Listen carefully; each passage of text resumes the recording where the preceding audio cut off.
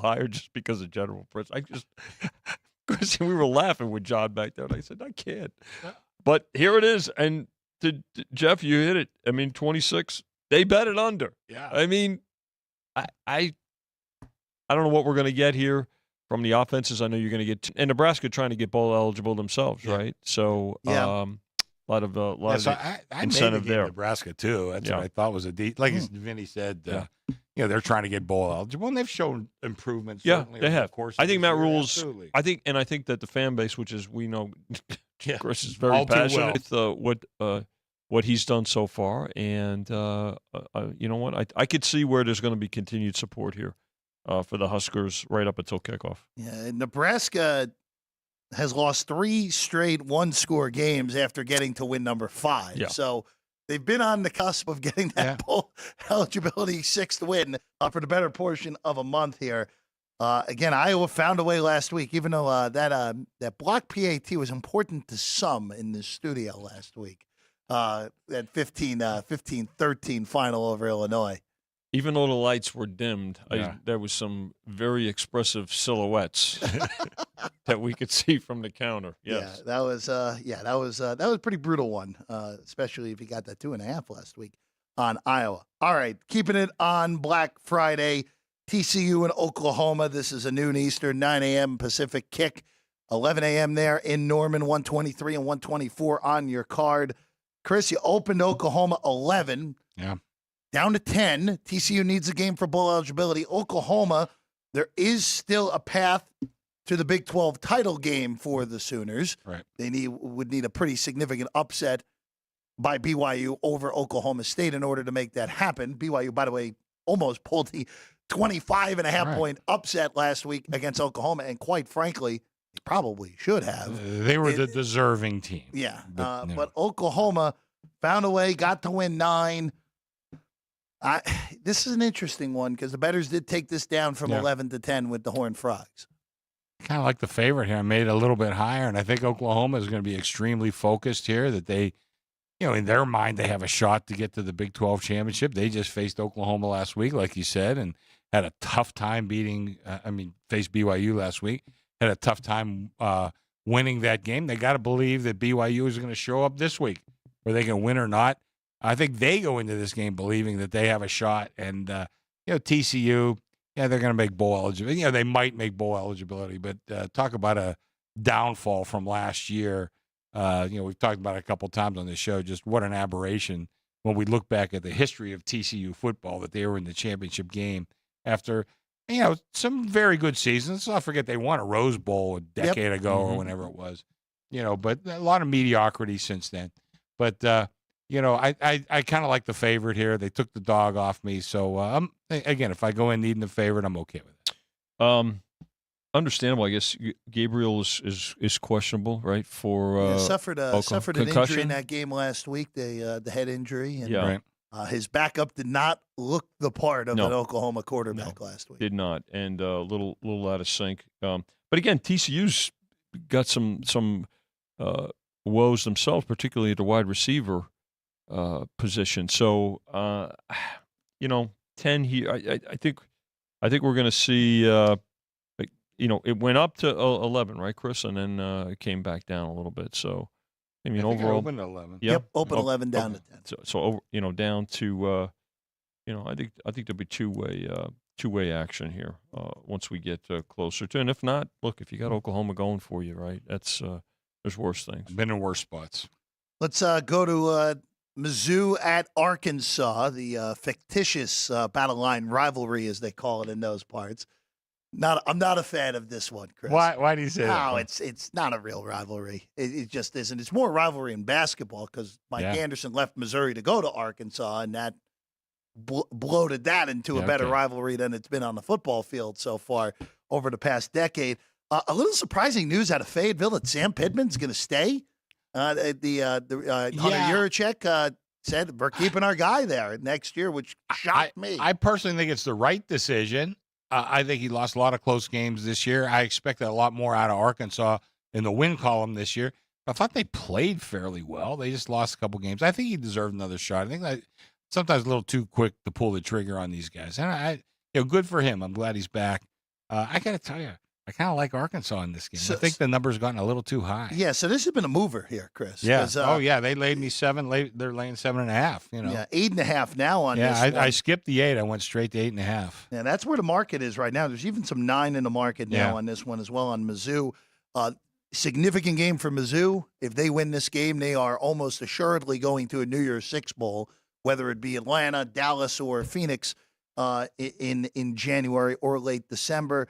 I don't know. I think I'm kind of with you that we're starting to get the number bloated here. I'm just curious to see what effort we're getting out of Arkansas here. I don't know how Pittman coming back plays. Did the team give up on him this year and they no-show, or are they happy that their guy's going to be back and they come up with a big effort here? No bowl eligibility on the line for Arkansas. They've already – the best they can do is 5 wins here this year. You're Jeff. When the game's over, we'll say, I knew it. They played hard for Pittman, or I knew it. They wouldn't. I knew it. Mizzou won by 35. Yeah, exactly. Yeah. I mean, I don't know. It's hard to play psychology in these kind of games, but I don't know. Like I said, I kind of let the numbers speak for themselves, and I think this number's gone a little too high.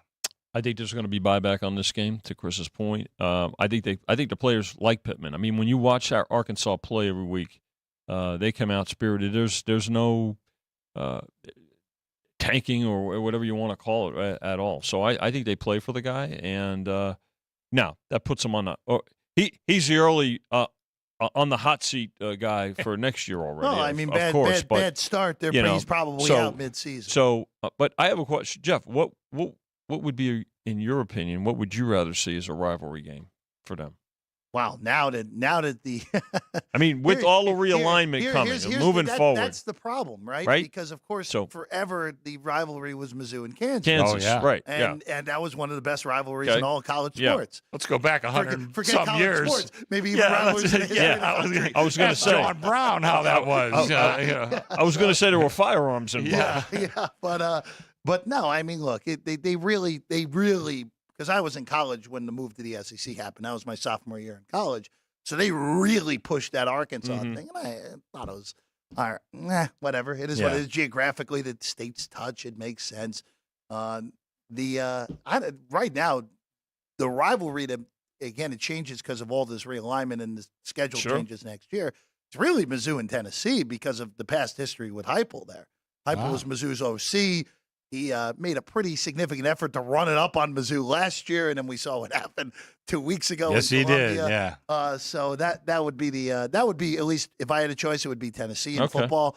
And for basketball, I mean, Mizzou and Kansas play every year in basketball again now. So that's back, and they play Illinois every year. Yeah, I was going to say the Illinois game's a big game, which is a lot of fun in St. Louis. All right, I want to get one last one before we get Jimmy on here, because this one is the winner of this game is going to play in the Mountain West title game. One way, unless if there's really some chaos here, Air Force and Boise State. This has been a ridiculously down year for Boise State. They're 6-5. They fired Avalos 3 weeks ago, and here they are at home against Air Force as over a touchdown favorite now in this game, with a chance to get back to the Mountain West title game, even in arguably the worst year that program has had in over a decade. Chris, I'm scratching my head at Air Force. I don't know what the hell happened. I know they had 6 turnovers versus Army. Okay. So that one I can kind of excuse. Then they go out and lose again the next week. You know what I mean? It's by 2 touchdowns to Hawaii. To Hawaii. It's so hard to figure. I mean, again, I try to let the numbers speak for themselves. I guess, there's a lot of recency bias that I think I use a lot in college football. I avoid it in the NFL. Well, my numbers come to 9 on this game. So they laid me 6.5. I went straight through the 7 and went to 7.5. Now, I'm not above market. I'm at the high end of the market. There's 7 and 7.5. But I like the favorite. But, I mean, they laid me the 6.5, and I went, full throttle going to 7.5 here. But I don't know what to do. I think teams went to school on the Army game for sure. And then when you look at what's happened, look at UNLV last week. They were forced Air Force to play up tempo. They didn't want to do that. Oh, that was a wild game. And you know what? They had a double digit lead in that game against UNLV. And again, we'll get to UNLV later. But the reality is that teams have forced Air Force out of their comfort zone. When they were undefeated, they were dictating the pace of games. They've not done that since the Army game, and And even though the Army game was a pace that they won, right? Let's, I mean, you turn the ball over. But if you turn it over that way, it's so teams have really forced them to get out of their comfort zone. Yeah, were they 8-0? They were undefeated. Yeah, they were. I had them on the board as a potential national champion. Yeah, I mean 1,001, but still, I had them on there. They were 8-0. They were 8-0, and it looked like, all right, you know what? They get to the finish line as a 12-1 Mountain West champion. They're going to have a legitimate argument to be the non-Power 5 team that gets into one of these New Year's Six Bowls. Now, that race is essentially if Tulane gets to the finish line at 12-1, they're going to probably Atlanta this year in the Peach Bowl. But the collapse by Air Force has been jarring because that was a team, like you said, you had them on the board to win the national title. Yeah. They obviously were never going to win it, but you had them on the board because they could have got that. I had them at 1,001. I mean, I guess stranger things have happened. Ask Leicester City and over at across the pond there. Yeah. So Let's take a quick break. When we get back, the American treasure himself, Jimmy Vaccaro, in studio with us. Get Jimmy and more when we get back. Sports by the Book here at the South Point studio. If you're celebrating a special occasion or just love fine dining, you're in the right place. Come experience the crown jewel of South Point restaurants, Michael's Gourmet Room. Welcome. With over 600 different types of wines and magnificent dishes prepared tableside, you'll revel in the rich classic Vegas decor and the best black tie service in the world. This intimate gourmet room has earned accolades galore. Come to Michael's Gourmet Room for an unforgettable dining experience. Another famous restaurant is the Silverado Steakhouse, where you'll find the charm and service that discerning patrons require. From top quality steaks and chops to fresh seafood and desserts, you'll love the award-winning wine list and menu at Silverado Steakhouse. Steak lovers have even more options with primarily prime rib. Catering to hearty appetites, the menu features a variety of flavorful prime rib cuts, dry-aged to ensure tenderness, and then seasoned and slowly roasted. Although prime rib is our specialty, it's not the only thing on the menu. There's something for everyone. And if you're craving a taste of Italy, come experience delicious Italian cuisine and the attentive service at Don Vito's. Our culinary team starts with the freshest ingredients and transforms them into traditional favorites. And don't forget Italian desserts. Don Vito's. Savor the taste of Italy. Finally, if sushi is more your style, join us at the popular Zenshin Asian restaurant and sushi bar, where we're serving up the freshest sashimi, nigiri, and sushi rolls. And beyond the sushi, an exciting contemporary Asian cuisine menu. Plus a variety of specialty drinks, Japanese and domestic beer, wine, and sake. Balance your hunger with Zenshin.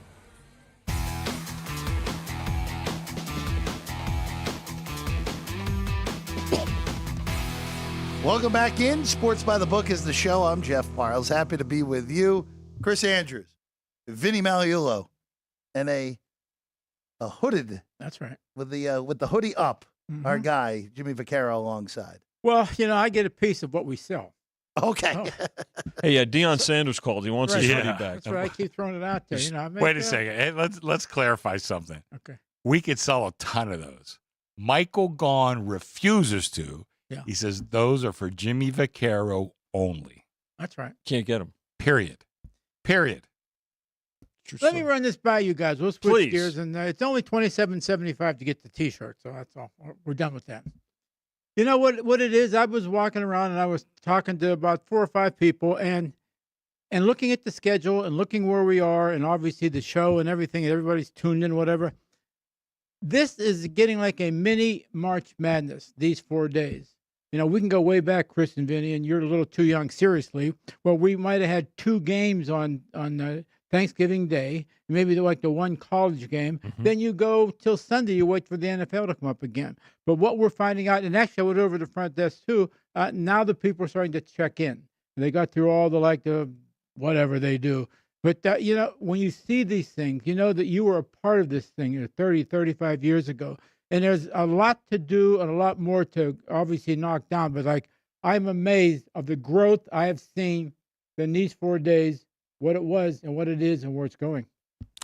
Yeah, you're right. This is amazing. And we had a couple games on Friday. There'd usually be like a couple. And then, then people start realizing, wait a second, people aren't doing anything on Friday. Why don't we show a bunch of these games on TV? And here they go. And now it's Friday's just a huge day. Really, Friday, one of my favorite days of the year. Sure. Thursday's a little hectic. You got the family and you're cooking and, all that other kind of stuff.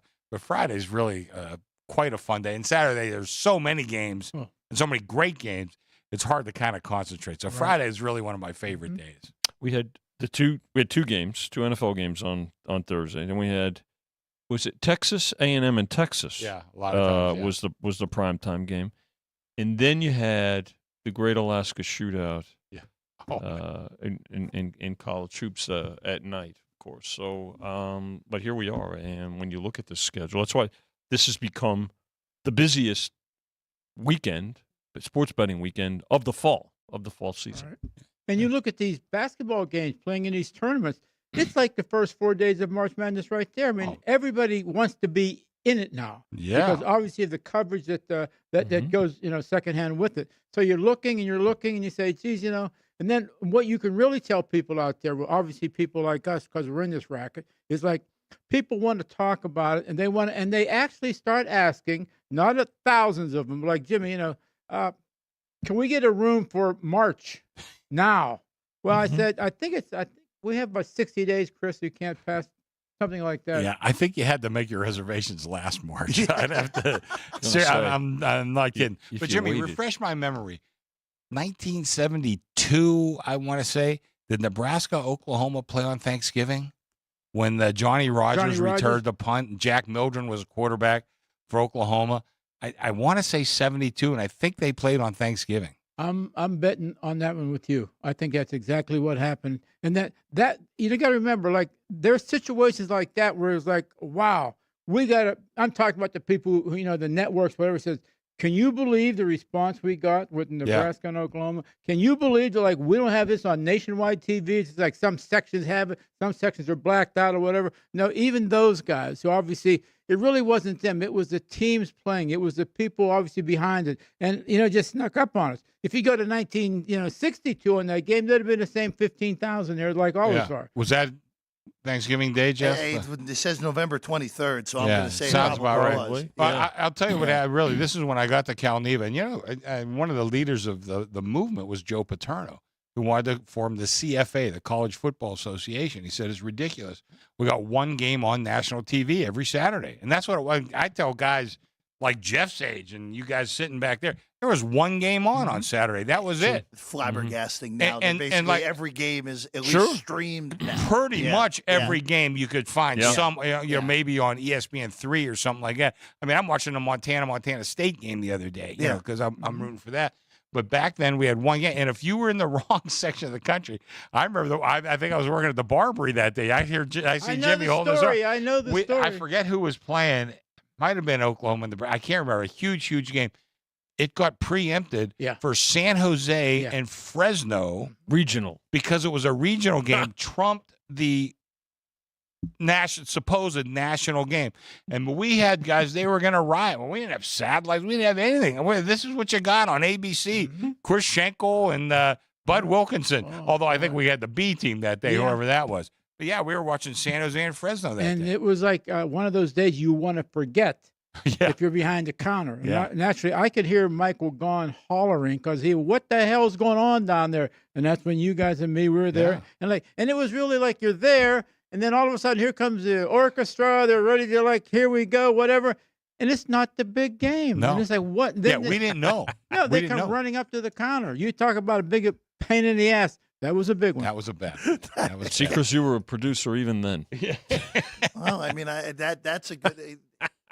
That's incredible. I'm at a loss for words because it's just like just for what it is now. Like, couldn't even imagine. Like, if there's no regional split anymore. No. Like the closest thing for regional split for me is like for like baseball on Fox. Like, that's the closest thing we get to it now. Well, at the Hall of Fame ceremony, when Jimmy got in there, I did the speech for my Uncle Jack. I talked about my cousin Zach and I would watch on Tuesday nights WQED, the local PBS station in Pittsburgh, played a film of some obscure game. Now, we got a lot of historically black colleges and university games. We got a bunch of Ivy League games, Patriot League games, stuff like that. But they were just a regional broadcast, and I don't know how they got farmed out, but they certainly weren't on your TV on Saturday. Nope. Right. We got to see them on Tuesday night. Wow. And then remember this also.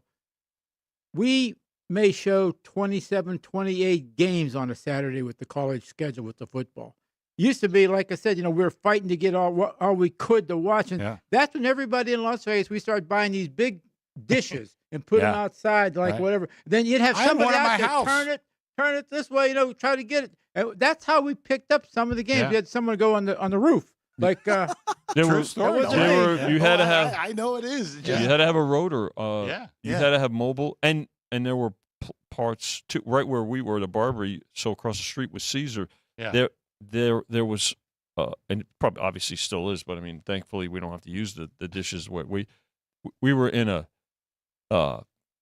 belt. What was it? We used to get sunspots. It would knock out the satellites. April and October. I mean, microwave belt. Like what? What do you? And games would just like disappear. You'd see them just like, and naturally it always happened at like the 2-minute warning. We got when I was at Cal Neve, I pushed. I wrote a story in my book, and it's true that I pushed our guys because I was following it pretty closely to get this satellite dish before anybody. It really made our business go through the roof before anybody else did. But I had this kid come in, one of these kind of technical nerds. I had to do a spectrum analysis, and and he came in the next week. I had to do didn't you do a spectrum analysis last week? Do I got to get a spectrum analysis every freaking week? Does his spectrum change? Please explain this to him. I think what changed is he wanted to pad his bank account, and none of us knew what the hell was going on, so we had to pay this. Sounded official. We'll give you another big switch, and these two and me, we can give you this one. There was that fighting the TVs thing for a long, long time. We want to see all these games. We need to see all these games, whatever. And then when the computers went down because they weren't technically right yet. So the owner of the hotel, I won't even give him his name because he'll still be mad about it when we talk about it. When I told him that the machines were down again, he couldn't believe it. He pulled the machines out of the wall and put them on Las Vegas Boulevard. Then when the people who run the computers called up and said, your TVs, your computers are out. He says, yes, they're out. He says, we need comps on the weekend, whatever. And the guy said, where are your guys at? He said, well, it's Saturday and nobody works on Saturday. Saturday and Sunday. Our people are off Saturday and Sunday. That's how that crazy that was. Yeah. 1986. Yeah. It was mandated that everybody had to be computerized, but we always kept the handwritten machines handy for that particular situation. By the way, remember, too, who helped us with the satellite was Gary Nellis, a gentleman by the name of Gary Nellis, whose family's Nellis Air Force Base is named after. Right. I think it's his father. We rolled out the carpet for you, young man. Oh, I mean, look, I was, at least from a technological perspective, I was born for the right era. Now, other things, who knows? But at least for technologically speaking, it's mind blowing hearing these I tell stories, people that, and they think you're lying, but like I said, I know you guys aren't. I know this was the way it was back then. That's crazy. And now, I mean, forget the college football games. I mean, just look in the studio. We have 7 different college basketball games going right now. Thank God. Yeah. Crazy. All right, kid. Jimmy, thank you as always. See you guys later. Thank you, my friend. Jimmy. Yeah, Jimmy. Thank you very much. Jimmy Vaccaro, everybody. American treasure himself. Look at him go. Look at there he goes. Yeah. You still got that quick first step, Jeff. Don't let him fool you. Quick feet. Yes. Mickey Rivers. Remember Mick the Quick? Jimmy. Much quicker. Much quicker. Number 17. Is that right? Oh, wow. Mickey Rivers? He wears 17? See, Isn't that the guy that used to throw and go like this? I know. He'd throw and then he'd give you this. Red Sox fans, you know what Red Sox fans really hate? If they hate Bucky Dent, they'll hate Mickey Rivers.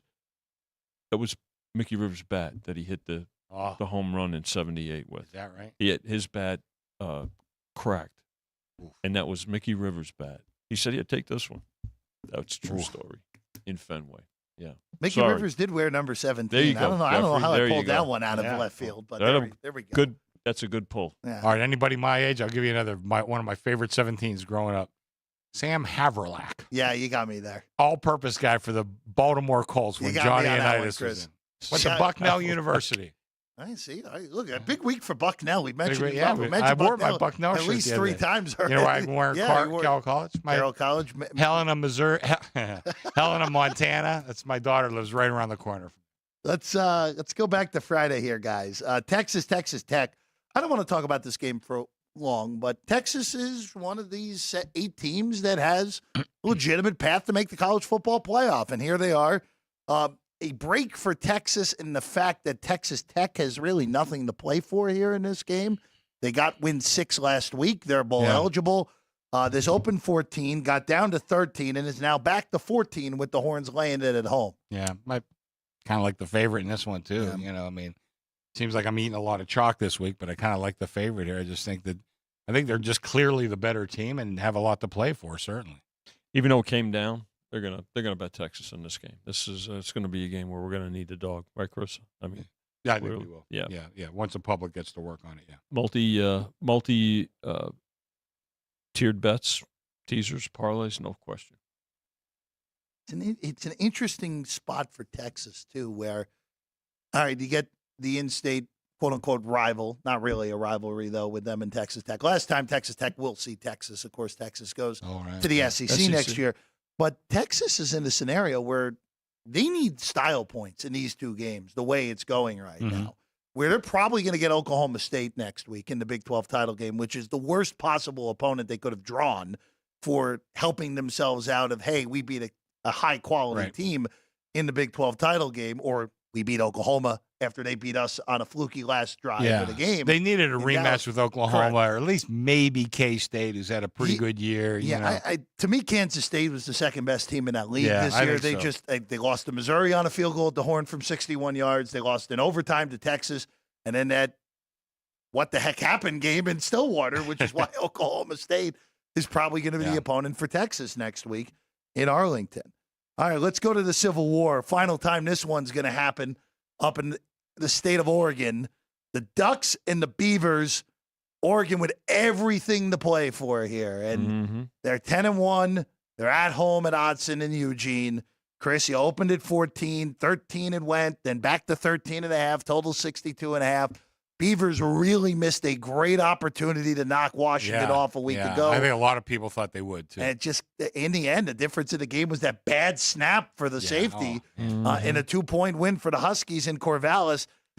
It's the final time they get Oregon. I get that, but the way the Ducks are going, it's just very hard to see Oregon State staying in this game unless if Oregon comes out flat. Well, I don't think that's going to happen. I really don't either. Like I said, my numbers come a little bit higher, but it's one of those games I just have a feeling on, that I think Oregon State is going to be really tough in this game. I think the back door might be open. That's not often the case in college football. Usually a team like Oregon can really close you out pretty quick. But I think Oregon State plays them really tough. I don't have an opinion in this game one way or another. I got to tell you, I know Penn State's on pretty much at the same time. I can't wait to watch this game. This game should be a really, really good game, and it should be a lot of fun to watch. This Ducks team is on an absolute mission. I give them credit for losing a tough game against Washington at the end. Coin flip game. Absolutely. I'm sure that I think the coaching staff would, head coach would do some things differently, but maybe not. I don't know. I'm not speaking for him, but I do know this that. They're going to get everything from Oregon State here. They've got to be a bit down after last week, but they can't afford to be. But I'll tell you what, the fact that this game is in Eugene, this is huge, and this is a team that is on an absolute mission. It wouldn't shock me if this not only gets back to the opener, but perhaps goes through it. I'm looking at my ratings right now. I have them the second best team in the country. Who's number one? Georgia. Back to Georgia? Back to Georgia. I mean, they've shown I think their true colors have come out. There's a pretty good chance if Michigan beats Ohio State tomorrow, which I kind of like Michigan in the game. If Michigan beats Ohio State tomorrow, Oregon wins this game and it goes on and beats Washington, pretty good chance we get Georgia and Oregon in that first round of the playoff game, a 2-3. I got to tell you. Man, would I love to see that game. Yeah, I would great love to see that. I would be an incredible game. It'd be interesting to see. We'll get to Florida State later. How the committee. Yeah, we got a long way to go. Yeah, if Florida State goes 13-0, I think the committee just might say, you know what, you're in, but you're getting Georgia in the first game. Prove us wrong, and giving the advantage to a one loss, whether it be Texas or Oregon in that spot. I would hope Oregon would get in over Texas, even with the win over Alabama earlier in the year. That was a long time ago, and I think right now Bama is certainly the superior team to Texas. And I think Oregon's superior to both of them. So I do too. Like I said, I got them 1 point behind Georgia. how about this one? The good old Wrighton game here, Chris, with a different number, 185, 186. Kind of a big game. And it's the winner of this game is in the American Championship game. Yeah. Tulane and UTSA. UTSA got off to a really bad start at the beginning of the year. That coincided with Frank Harris getting hurt. Harris has come back, and the Roadrunners have now lost in their first year in conference play in the American. Tulane just very consistent. What a consistent football team. Their only loss this year was with the backup quarterback against Ole Miss. And here we are, 7-0 in conference against 7-0 in conference. Green Wave 3.5 at home after you opened at 3. Great two-way action on this game, and I can see why. And Texas San Antonio, I think we kind of forgot about them when they lost a couple games early on. But I had them pegged as being really good this year. They had injuries. Like I said, kind of put them on the back burner a little bit. But here they are, back to the front burner. This is a really good team. But so is Tulane. That program's actually been pretty good the last couple of years. And here they are playing for a conference championship, a chance really to go to a New Year's Day bowl game.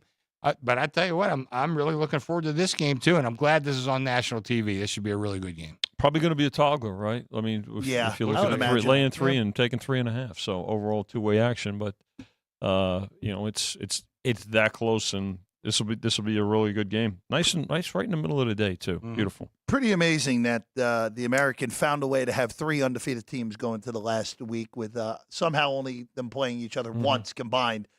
SMU's a huge favorite against Navy, so I'm okay with putting that check mark next to the Mustangs. By the way, my friend to the right of me here already told me to look out for SMU next year. Keep an eye on that team in that conference. Well, remember, lots of money. Remember, lots SMU of next recruiting. Next year, SMU going to the ACC next year. Remember okay. that? Is that right? Yeah, remember that. That's okay. Keep track. They're in with Stanford. They're in with Stanford and Cal in the ACC. The old ACC rivalry. Which, by the way, I can't wait for Clemson to go to Cal for a lot of reasons. That will be very funny for a lot of reasons. Why do you say that? Oh, Dabo in Berkeley. Come on now. He'll love it. Come on now. They'll love him up there. Quick story. My daughter was looking to, she wanted to get a master's or a doctorate. We went to California. She wanted to look at, and they didn't quite have the program that you want. So we're going out and they're recruiting and all that other stuff. And I go there, the University of California Republican Club. And there's 2 guys sitting there. I says, "There's 2 of you?" He goes, "Oh, there's more than that. You'd be surprised." He says, "You're right. I'm surprised there's even 2, but okay, that's cool." The other 2 guys are at lunch. Let's go to Saturday, guys. All right, you know what? It's early enough in the rotation number, so we can go to the game. Ohio State, Michigan. Winner of this one is Iowa. The winner of this one is going to the college football playoff. And they're going to be gigantic favorites next week against the Hawkeyes in Indianapolis, regardless of who wins this one. Chris, I'm going to be honest with you. I'm a little surprised the bettors have taken it the way they have here, where you opened 4. Yeah. They bet Ohio State down to 3. Now they've come back a little bit to Michigan at 3.5. 46, the total hasn't moved. I know Harbaugh's not there. The Wolverines are just a better full football team in this one. I'm a little surprised the bettors have taken Ohio State in this game. Well, I made it 4, so it's not that I'm that, surprised. I'm a little surprised. But I got to say something. My good friend Vinny, he's from Brooklyn. I know Vinny knows a guy who knows a guy. Vinny, what can we do to get this game at night? You know what our handle would be if this was the 4:30 or 5 o'clock game? Have everybody drink Chianti instead of whiskey and beer. Did you hear that, everybody? Very simple. Order your Chianti. Just saying. Get you a good price. You I got gotta know somebody, couple of trucks. Vinny, Couple of trucks. I got a couple of guys that will drive the truck. I'm telling you, it's that. How about Tom Blazek, our good sportsbook manager here under Chris at the South Point, right? He knows he's from Columbus, right? Right now. Right outside, yeah. And we ask him, and every year we ask because we just have to. It's like, what's the stick? Too much drinking.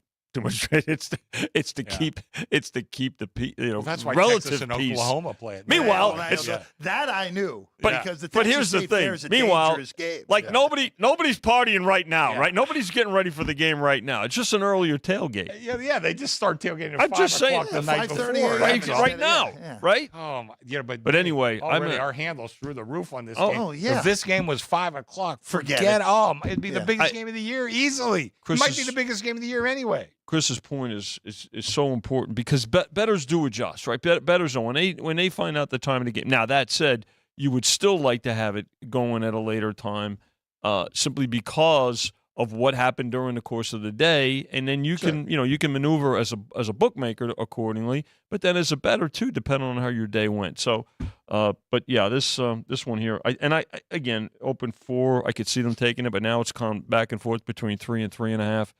I think the key is the way, if you look at the way Ohio State has started a lot of games this year, I'm not so sure they can start the way they started, say, against Rutgers, right, Jeff? No, they'll be down. They'll be down 3 scores. The way if they do that. started against, some school, a good portion of their games this year, they're not going to be able to get away with that in this one. And again, I mentioned earlier about, teams that are on a mission, and I've got to tell you, Oregon, I think, is on a mission. I think this Michigan team is also on a mission because of what's happened with Coach Harbaugh. Well, they have been motivated perfectly. The motivation strategies that have been employed by that coaching staff have been perfect. They get it. And you brought up something with Ohio State there, and you've mentioned this, Chris. Home field advantage isn't just what they are at home. Right. It's what they are away from home. Right. And Ohio State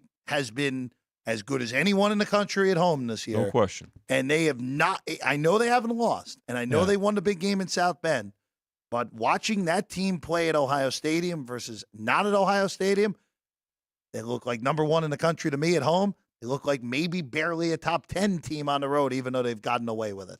They have, but Michigan really hasn't been that greatly tested this year either. Michigan's played one team this year. Yeah, I mean, they have not been that great. I think, I don't know. Like I said, I don't love either side. I made the game 4, so, I mean, to me, it's not a play. But one more thing that I would say, when they kick off, the world stops. Our world, I mean, there's probably other Good worlds point. out there. Yeah. But in our world, the world stops. Everybody's watching this game. This is the game. There's some other good games at 9 o'clock in the morning, some nice rivalry games.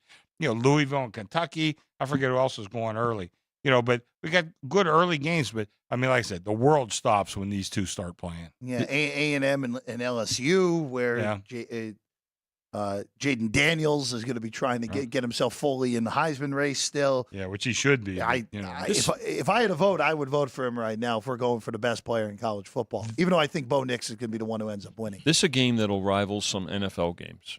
Like when you compare the right on the handle on this game to, let's say, again, to Tampa Bay and Indianapolis, I mean, no knock on those. I'm just saying this is how much interest. Chris brought up a terrific point about it. The interest in this game and how people bet it and tie it in. That tells you an awful lot. Let's keep it rolling here. Georgia and Georgia Tech. And just real quick on this game here, guys. The Yellow Jackets obviously well overmatched in this game. No, Georgia. This is. I don't even think they need the style points in this one. Just handle your business, get it done. 24-60. The bettors haven't touched it, Chris.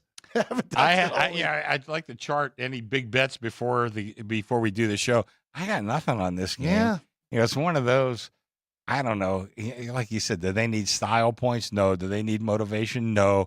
I mean, they're certainly far superior to Georgia Tech, but they have to be thinking about Alabama. Oh, don't they? I mean, absolutely. That's going to be if they win 10-7, it's going to be meaningless. They got to go out and beat Bama next week. Right. That's going to be the season for them. Well, they probably could accidentally beat Georgia Tech 27-0 if they want to anyway. Yeah, so. easily. Yeah. Easily. The key, with all of these games, especially with the contenders, right? You want to come out of this game healthy. You don't want to have a definitely. situation like, well, Absolutely. unfortunate situation at FSU because George is finally healthy now, right? Let's face it. So, which is scary to the rest of the country. All right. I think that was more than enough time on that one. You mentioned Louisville hosting Kentucky. I do want to touch that because Louisville's technically alive for a playoff spot. I mean, get some really wacky stuff over the next 2 weeks. And They can Louisville still make a wins New Year's Bowl. Oh, I mean, Sure. well, I mean, if they win this game, they're going to go. Yeah. If Florida State goes to the college football playoff, Louisville will get that auto bid to the Orange Bowl. But Chris, Kentucky's been a little bit of a disappointment over the last month plus. Losing last week in Columbia, South Carolina to the Gamecocks. 7 to 7.5 on this one on Louisville. 50.5 the total. I'm with the bettors on this one. I kind of like the favorite. I think Louisville is one of those teams. They had a new coach this year, and I think he's a really good coach. And I think they've just gotten better and better and better as the year's gone on. And Kentucky, I expected big things out of them, and they were good in the early part of the year, but they've kind of faltered over the last couple of weeks. And like I say, I use recency a lot in college football. And right now, I like the favorite in this one, so I'm kind of with the bettors on this one.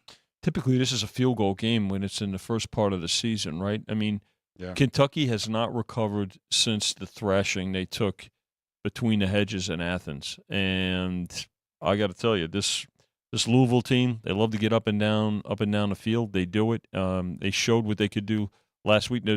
They're never out of a game, right? Even if it's I should say, if it's a 2-score game, and they're on the short end of it, they're very much alive, just the way they play. So, Florida State's gonna really have to make some adjustments given the injury they've got there. But this is a game here where I think we're going to continue to see support for Louisville.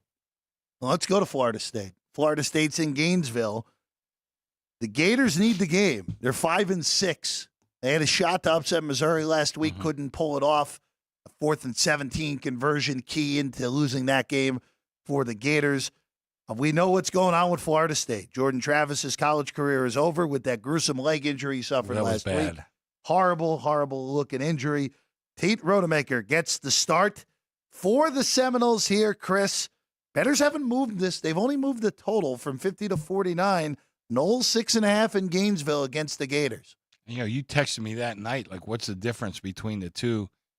I said, well, let's watch the game and see what happens. I like what I saw out of this kid. You figured he had to be a pretty highly recruited guy. He's got great, you look at the physical abilities of this kid. He looks terrific. But I think he's thrown like about 10 passes all year, something like that. This is a whole different ball game. I lowered him 5 points in my power ratings because of the injury. I don't know what to expect out of this game. Even with my adjustments, my numbers came to 7. So we're talking 6.5. So I think it's right there. But boy, I really want to see this. And you know what? If this kid goes out and lights up the scoreboard, and they take care of business next week against Louisville, then I don't see how you keep them out of the playoffs. Yeah, I think the committee can't. The committee is not in the power rating business. Clearly, look, if Travis doesn't get injured, it's a double-digit point number here. Let's face it. So I think you start at 4 to Chris's point, and you go north of that. It depends on the matchup too, right? In this matchup, I think it's worth more. He's worth more even next week against Louisville, given Louisville's ability, and even as he's going to have a game under his belt. Now, the fact that he's come in basically a cleanup role, that's far different than facing a game like this against our in-state rivals. So, but if they win this game and they beat Louisville, did they deserve to go? Absolutely. It's about the body of work. They're going to go if they're 13-0, even if it is Rodemaker, even if it's excuse me for interrupting, but they had them in the first two weeks, right? They had them in 4. They moved them to 5. There's no difference between that right now because Washington deserved to move up with winning at a top 12 team in Oregon State a week ago. And you know what? If Washington loses to Oregon, they're not making the playoffs, so that doesn't matter. And if Florida State goes 13-0, they're gonna put them in and deservedly run the risk of a potential beat down at the hands of Georgia. But you know what? Georgia could beat down anyone that makes this playoff field. I think we have some legitimate playoff games. I mean, this week. Next week, for sure. Well, this week, I think Michigan, Ohio State. I think that's a playoff game. I think the loser's out, in my opinion. Yep. I think next week we got Oregon and Washington. That's a playoff game. Alabama, Georgia. Alabama's a playoff game. The only thing I would say is if Georgia loses a close game to Bama, they might still get in. That is the circumstance where we could get some very upset people with two SEC teams. Listen, we know the SEC holds a lot of power in that playoff committee. Chris, I want to put two games together that may not catch people's eyes, but it definitely caught your eye this week. ECU and Tulsa and Florida Atlantic and Rice. What? What? I feel like telling all those guys, Michigan and Ohio State are playing too, right? You know that. That's right on that board over there. I have so much action on these two games. You can't believe it. Now, part of it is that Daniels, is that the kid for Rice? I guess there's some questionable. He's questionable. There's a lot of guys that have an opinion. Rice was kind of my team a little bit this year. I thought that they were, kind of a nice point spread darling. And East Carolina and Tulsa, I don't know, but I guess we're right around that 3 and 3.5 and 4, and but tons of business on those two. As we expected, as we all expected. Every week there's a game that you just go, wait, what is that accurate? You're putting your money on this game? Yeah, I mean, so oh man. Let's go back to the Pac-12 here. Arizona and Arizona State, and I want to get the Apple Cup along with the Territorial Cup here. Both of these games, that's, of course, Washington hosting Wazoo. Arizona, actually, with an Oregon loss, Arizona, with a win over Arizona State, would get into the Pac-12 title game. We'd get Arizona and Washington, which is what we all expected before the year. Oh, of course. Arizona's 10.5, Chris, in this one with a total of 50. And then Washington, the bettors have taken Wazoo in that game, 17 down to 16 on the Huskies, and that one in Seattle. Well, let me give you the Arizona game first. I made that game 12. Mm-hmm. That's what I opened. That was kind of the market. I didn't really have an opinion. They took the 12, took the 11.5, so I moved it pretty quickly. Arizona State, Arizona, certainly one of those teams this year. I think I'm not sure who's going to get any kind of awards, but the Arizona coach deserves deserves a lot of credit for what he did. He was handed a plate of something not very pleasant, and he turned it into something pretty good. So I think things are looking up for Arizona in the very near future. But you go to the Apple Cup, I don't know, Wash State, probably halfway through the year, I thought that they were a very good team. They've faltered. A lot of it, I think, has to do with depth.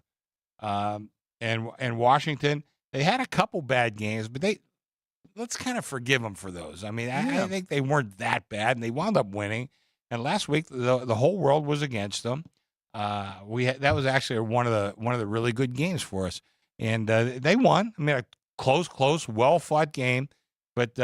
Again, I have no real opinion in this game. That's another game I'm very anxious to watch. I have a kid that lives in Seattle, so I kind of root a little bit for the Huskies.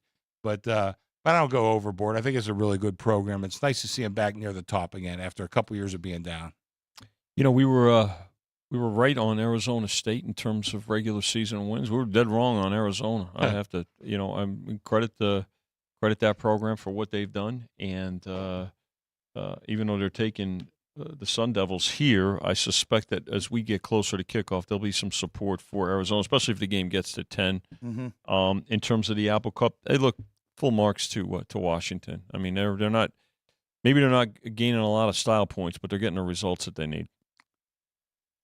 Yeah, I'm probably not going to touch the Washington State game again. Last time Wazoo will see Washington for a long time as well. Yeah. It's a weird, it's a weird spot for Washington because last week it was like, all right, we won the big road game. Yeah. Now we come home against, yes, it's an in-state rival, but a team that's been all over the map since that great start. Is that the Pac-12 Wheel of Doom, Ryan? Yeah, there you go. The Pac-12 Wheel of Doom so far this year. All right, UNLV and San Jose State. As we all expected, the winner of this game will go to the Mountain West title game with UNLV hosting the darn thing if they manage to win this game, Chris. Bettors don't like the Spartans, though, in this one. 2.5 on UNLV, open 3, 59.5. Rebs favored at home in this one. Well, I made the game 3, so I have no real opinion in this one. But like I said on this show last week, a couple of years ago, I was quoted in the paper saying Vince Lombardi couldn't win in this program, but Barry Odom evidently can. Yeah. So, boy, that's another guy got to be up in the. Again, I don't know who's winning any kind of awards, but he should certainly get mentioned. This program has been so bad for so long, but they're legit pretty good.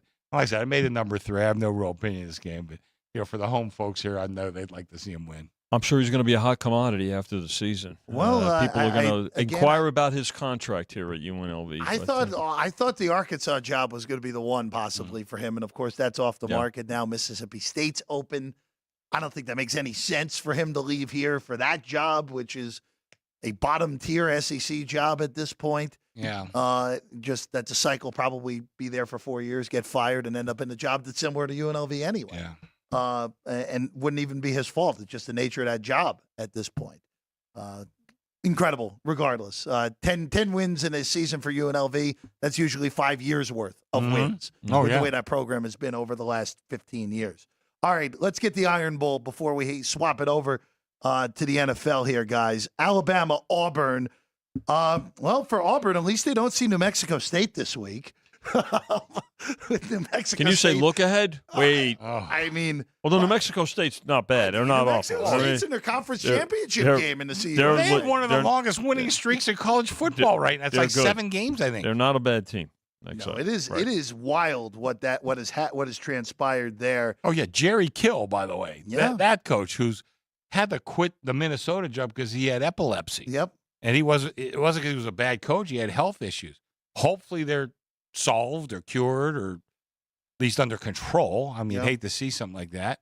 But he's done one heck of a job. Talk about a program that doesn't have much history. I don't think Vince Lombardi could win there either, but evidently Jerry Kill can. Oh, I mean, look, Las Cruces is obviously the place to be now, Chris. I mean, right? Yeah. I mean, but for back to Auburn though, Alabama opened 14.5. It's 14 now on this game. I actually think I would take the dog. I kind of like the dog. Yeah, I think I would actually take it. Yeah. I know Alabama's looked awesome the last 6 weeks. Yeah. And Jalen Milroe has turned a corner. Yes, he did. Absolutely. That whatever transpired with that South Florida game, whether it's something that we don't know about or he just was flat out benched in that game because he didn't play well against Texas, he's been awesome since that moment. And here we are, though. But, Chris, we know with this game, stupid things happen all the time when these two teams play against each other. I just have a weird feeling that this is going to be a very difficult out for Alabama in this one. I used to do a podcast with these two guys from Alabama. One was a Bama fan and one was an Auburn fan. I'm sure that was awesome. It was hilarious. I mean, hilarious. Two good old Southern boys. They're pretty good guys, too. Oh, man, did they take shots at one another. Usually the Bama guy, of course, had the upper hand. But I think this is going to be a tough game. I'm with you, Jeff. I kind of favor the dog here, especially if we can get 14. And that's a big number in a game like this. Milroe's, he got benched, and give him credit. He took that and hasn't looked back. To his credit, you know what? Look at some of the other quarterbacks or another quarterback in a similar situation. What happened at Nebraska? I mean, they're down to their third stringer, but not because the original starter is hurt anymore. He just couldn't handle the pressure, and it's unfortunate for the young man.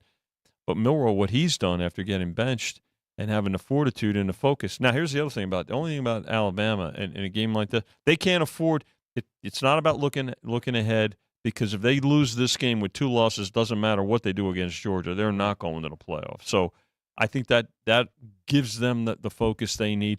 This Auburn team, they just can't score either. I know this is a rivalry game here, but I have to believe that there's going to be there's going to be support for Alabama between now and kickoff. Well, Auburn can score when they play Arkansas. That's it. Great. That's it. Like everybody else. Hey, Alabama almost blew that game to Arkansas. They did, but they didn't. They did not. That is correct, Vinny. That is correct. All right.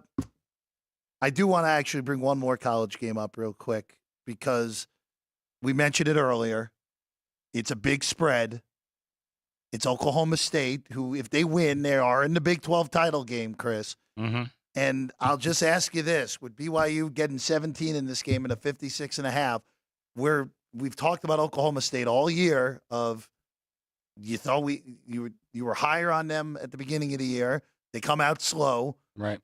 You alter, and then all of a sudden they get ridiculously hot before they came screeching back to reality in Orlando 2 weeks ago. It's just a very hard team to figure here this year. Yeah, the mullet, not my favorite guy all the time, but Gundy's done a good job after a very hellacious start for them. You know, Jeff, I made this number 17, so it's right about the number that I made. So I have no real opinion in the game.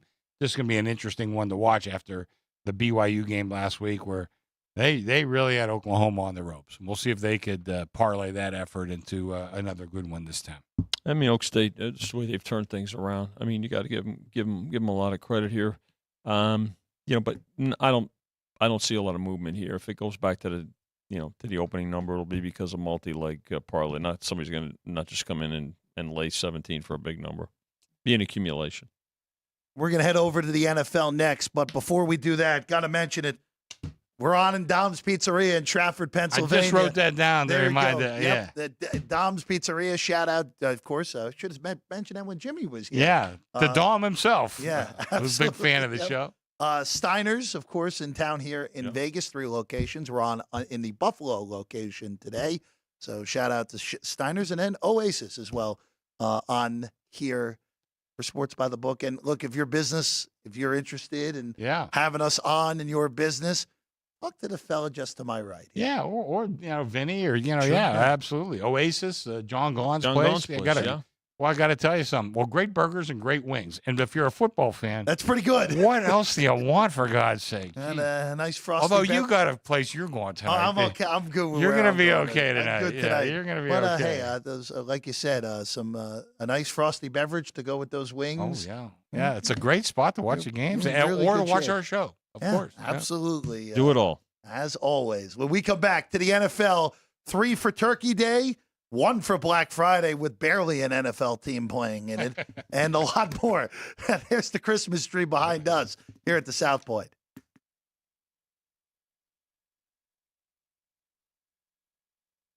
If you're celebrating a special occasion or just love fine dining, you're in the right place.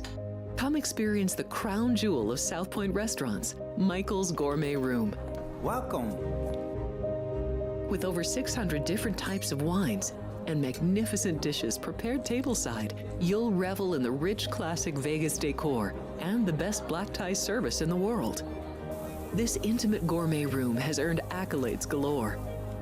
Come to Michael's Gourmet Room for an unforgettable dining experience. Another famous restaurant is the Silverado Steakhouse, where you'll find the charm and service that discerning patrons require. From top quality steaks and chops to fresh seafood and desserts, you'll love the award-winning wine list and menu at Silverado Steakhouse.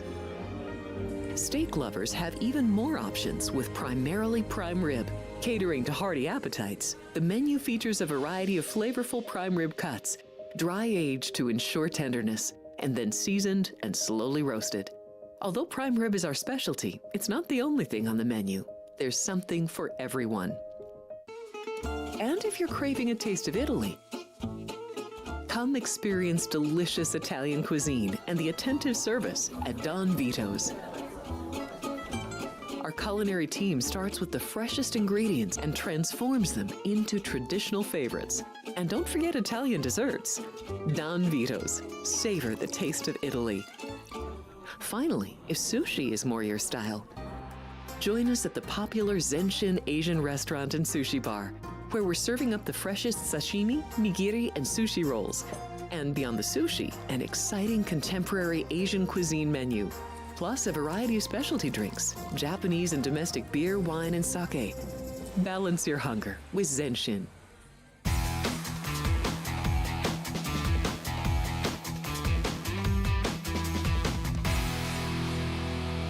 That's the sports book here at the South Point.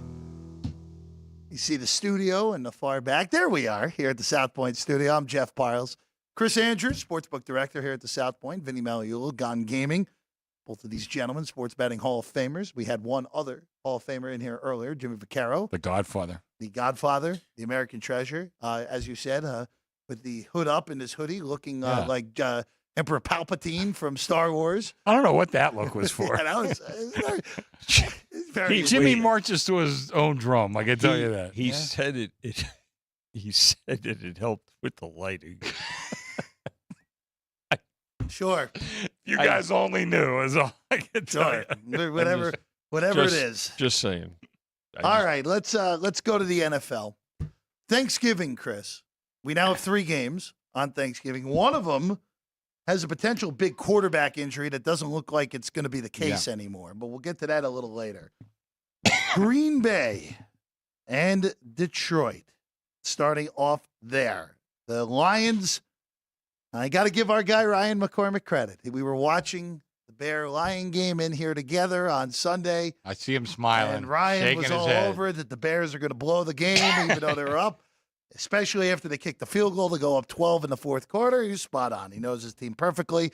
Thankfully for Bears backers, the fumble found its way through the end zone and not recovered in the end zone for what would have been the worst beat of the NFL season. Yeah, that so would have far been bad. this year. Yeah. But the Lions, Chris, the Lions had their best record since 1962 through 10 games. They're 8-2, and they're 8-point favorites now. 47 the total on this one against Green Bay. Packers beat the Chargers. Had a lot more to do with the Chargers than I thought it had to do with Green Bay last year. I agree. Yeah, I agree. So I'm not touching this one, but do you think this? I know it's 7.5 mostly in the market, and your market high on 8. Yeah. I would not be surprised if the public comes flying in tomorrow morning and just lays it blindly with Detroit. Well, I kind of agree with you because my numbers came to 7.5, but I'm trying to stay ahead of it. The early action has definitely been on the Lions. By the way, at 62 team, I'm trying to go back and think.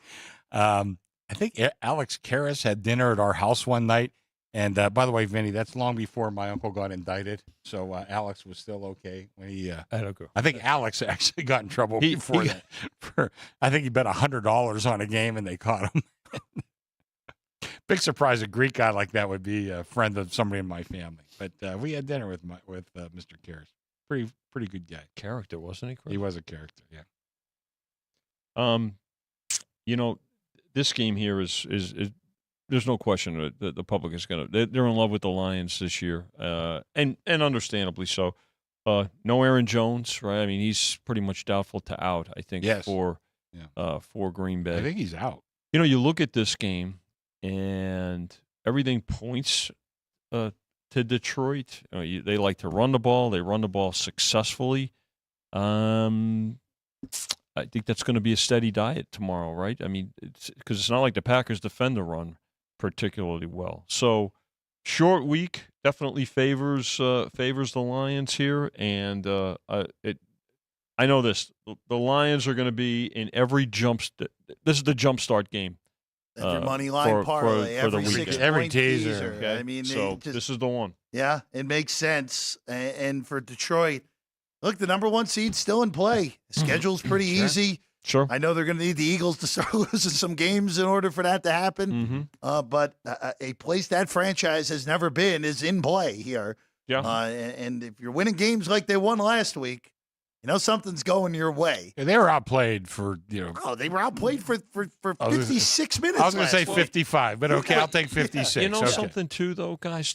Look, you have to give Goff some credit, right, for what he overcame last. What, he had 3 interceptions last week? I mean, he was dreadful until the end of the game. And, for everybody that hated the trade for between him and Stafford now, I have to tell you, he's done a hell of a job from the second half of last season, and look where this team is this year. Now, I'm not saying he's quite Matthew Stafford when Matthew Stafford is healthy, but this is a team that gets it done. They're a real together team. They're an extension of their coach, and you have to respect the culture that's been instilled there. I don't think the Rams are sorry they made that trade, but if they had a chance to trade back right now, they'd do it in a heartbeat. No, hey, look, that's one of the rare win-win trades really you're ever going to yeah. see. The Rams got their Super Bowl right away, and now the Lions may get one themselves with the same guy. And Goff has been to a Super Bowl. He put 3 on the board that day which nailed me for 100,000. So My good friend Zach White, who I hope he's like, and I signed his book, Zach. Even though you nailed me for 100,000, you're still a good guy. He bet me that. Rams exactly 3. Exactly 3. And I'm watching that whole. They can't finish with 3. Well, they did. 250 to 1, wasn't it? I think it was like 250. He beat me out of 100,000. It probably was 250, right? Yeah. He got me for 100, and he wasn't the only one. A couple other guys had. Well, Greg Zuerlein had a kick in that game to make it 13-6. Just could not get it through. In what was a dreadful Super Bowl, by the way. It really was.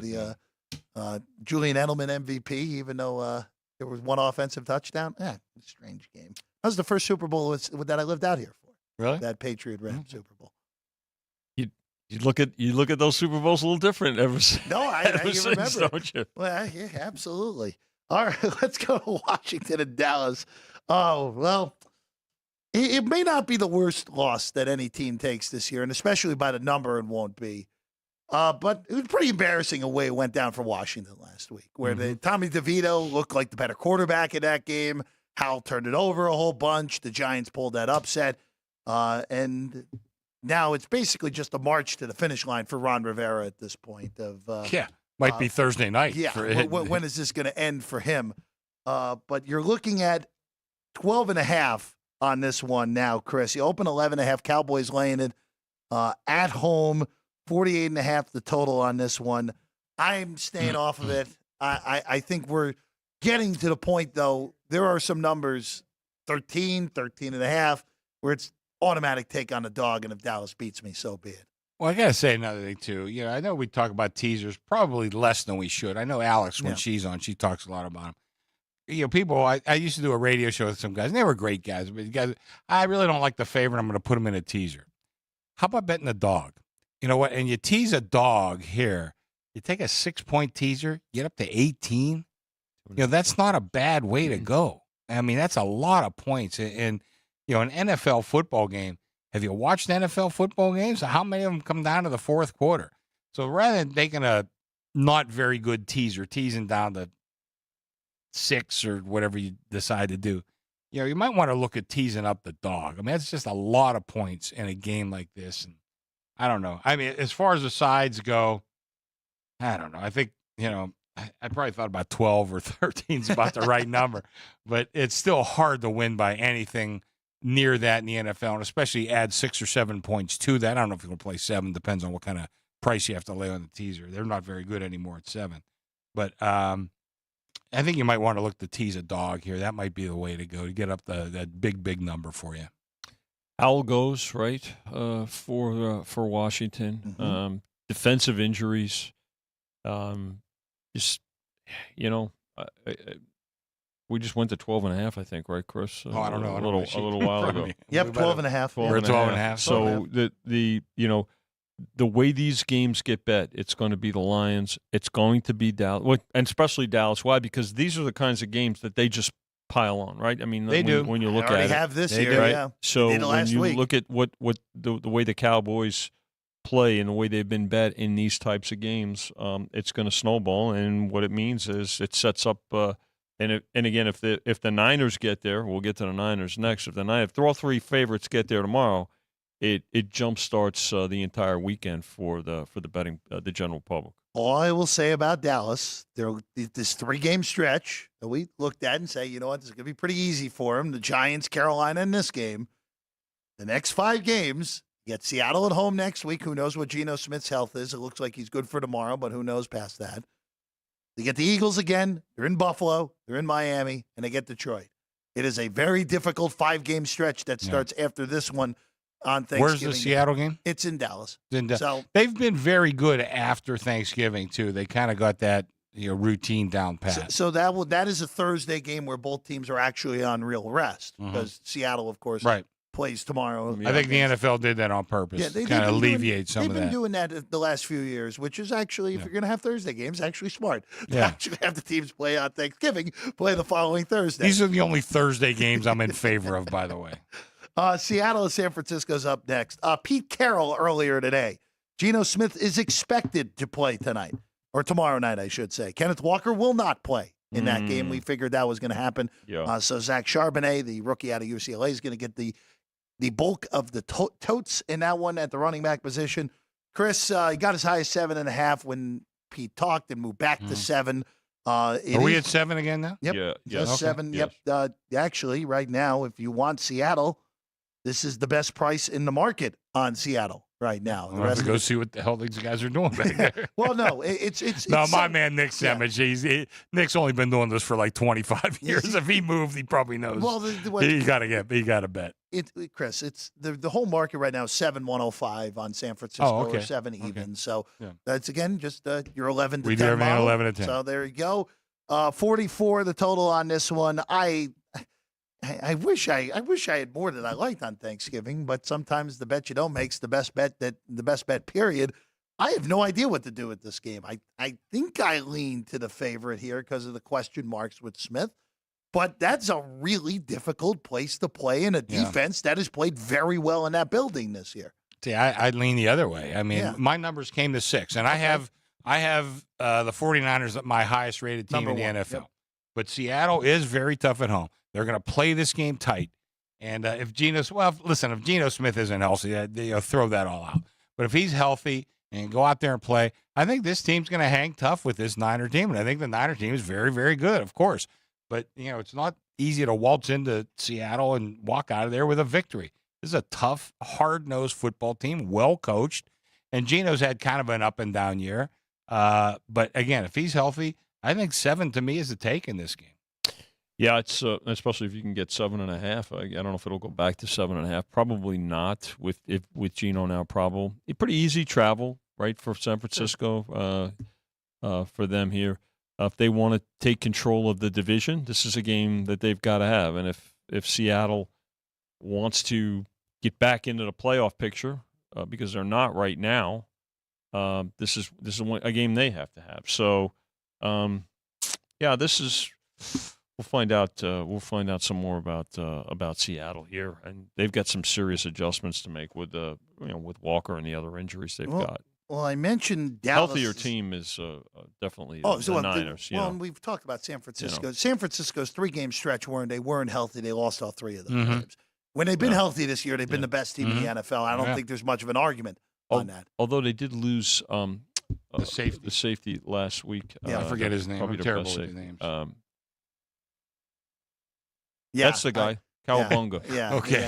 Yes. If I was good with the names, I wouldn't know that one.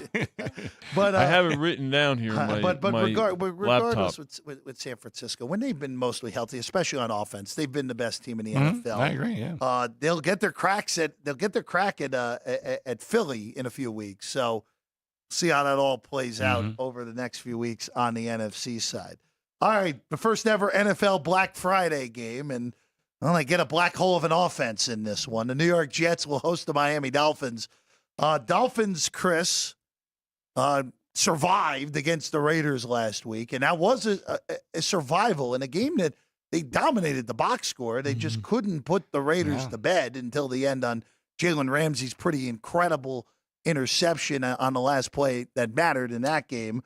Still in first place in the division, still clear Buffalo, a legitimate shot at the number 1 seed in the AFC after Kansas City fell to Philadelphia on Monday night. And they go to New York to take on the Jets, who have scored 1 touchdown in the last 3 games, 1 touchdown in 48 drives. Zach Wilson is benched for Tim Boyle, who had more interceptions than touchdowns in college and more interceptions than touchdowns in the NFL. Did he really? Yes.